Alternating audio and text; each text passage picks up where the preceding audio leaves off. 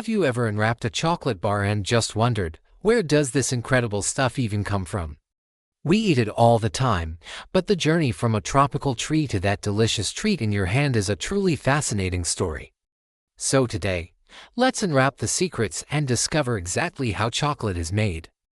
It all begins in the warm, tropical regions near the equator, with a tree called Theobroma cacao.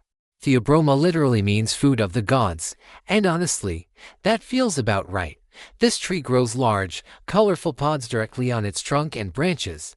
They can be yellow, red, purple, or green, and they look a bit like small footballs. The real treasure, however, is inside. Harvesting these pods is the first step, and it's done by hand. Farmers use long poles with knives on the end or machetes to carefully cut the ripe pods from the trees without damaging them. It's a skill that takes a lot of practice. Once harvested, the pods are gathered and the real work begins. They're cracked open, usually with a good whack from a machete, to reveal what's inside a white, pulpy substance surrounding about 30 to 50 seeds.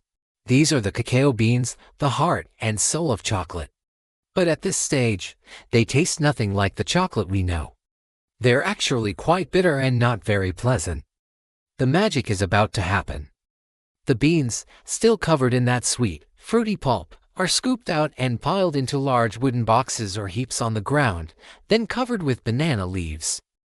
This is the fermentation stage, and it's absolutely crucial. Over the next 5 to 7 days, a natural process takes place.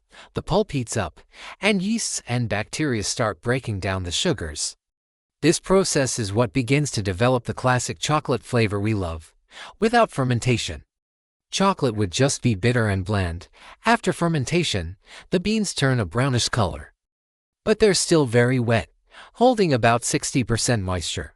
To preserve them for their long journey ahead, they need to be dried. The beans are spread out on large mats or bamboo tables under the hot tropical sun. They need to be raked and turned regularly to ensure they dry evenly. This can take about a week or two, depending on the weather. Once they're properly dried, their moisture content drops to around 7%, and they are finally ready to be packed into sacks and shipped to chocolate makers all around the world. When the beans arrive at the factory, the first step is cleaning. They're sifted and sorted to remove any twigs, stones, or other debris that might have been mixed in. Then comes one of the most important steps for flavor development: roasting. Just like coffee beans, cacao beans are roasted to bring out their rich, complex aromas. The temperature and timing of the roast are carefully controlled by the chocolate maker. A light roast might produce a more fruity, acidic flavor, while a darker roast will create that deep, classic chocolatey taste. After roasting, the beans are cracked open, and the outer shell is separated from the inner part, which is called the cacao nib. A process called winnowing uses powerful fans to blow away the light, papery shells, leaving behind only the pure cacao nibs. And this is where we get to the good stuff. These nibs are what actually become chocolate. The nibs are then ground into a thick, dark paste called chocolate liquor. It's important to note that despite the name, there's no alcohol in it. The grinding process generates heat, which melts the cocoa butter within the nibs, turning the solid pieces into a smooth, flowing liquid. This pure and sweetened chocolate liquor is the base for all chocolate products. From here, the path splits depending on what kind of chocolate is being made.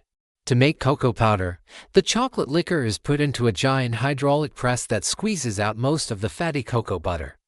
What's left is a solid cake of cocoa, which is then ground into the fine cocoa powder we use for baking and hot chocolate.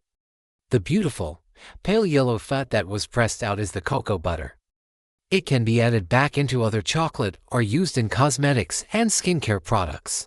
To make the chocolate bars we eat, the chocolate liquor is mixed with other ingredients. For dark chocolate, it's pretty simple, just chocolate liquor, some extra cocoa butter for a smoother texture, sugar, and maybe a little vanilla or lecithin as an emulsifier. For milk chocolate, milk powder or condensed milk is added to the mix. And for white chocolate, it's a completely different recipe. It contains no chocolate liquor at all, only cocoa butter, sugar, and milk. That's why it has that creamy, pale color and a different flavor profile. But we're not done yet. The mixture, no matter the type, is still a bit grainy. To get that incredibly smooth, melt-in-your-mouth texture that we all love, it goes through a process called conching. The mixture is put into a machine with large rollers that continuously knead and agitate it for hours, or even days. This process refines the particles of sugar and cocoa, making them so small you can't feel them on your tongue. It also helps to further develop the flavor, driving off any remaining bitterness or acidity. The final step before molding is tempering. This is a precise heating and cooling process that stabilizes the crystals in the cocoa butter. It's what gives finished chocolate its glossy shine, its satisfying snap when you break it, and prevents it from melting too easily in your hands. If you've ever seen chocolate with a dull, whitish coating, that's what happens when it's not tempered correctly. Finally, the perfectly tempered, liquid chocolate is poured into molds, whether they're for classic bars, little bunnies, or fancy truffles. The molds are vibrated to remove any air bubbles and then sent into a cooling tunnel to solidify. And there you have it, from a colorful pot on a tropical tree, through fermentation, drying, roasting, grinding, conching, and tempering, we get the chocolate that brings so much joy to people everywhere. It's a long and complex process that combines agriculture, science, and artistry. The next time you enjoy a piece of chocolate, take a moment to appreciate the incredible journey it took to get to you. Thanks so much for watching and learning about the world of chocolate with me. If you found this interesting, don't forget to like this video and subscribe for more deep dives into how our favorite foods are made. See you next time.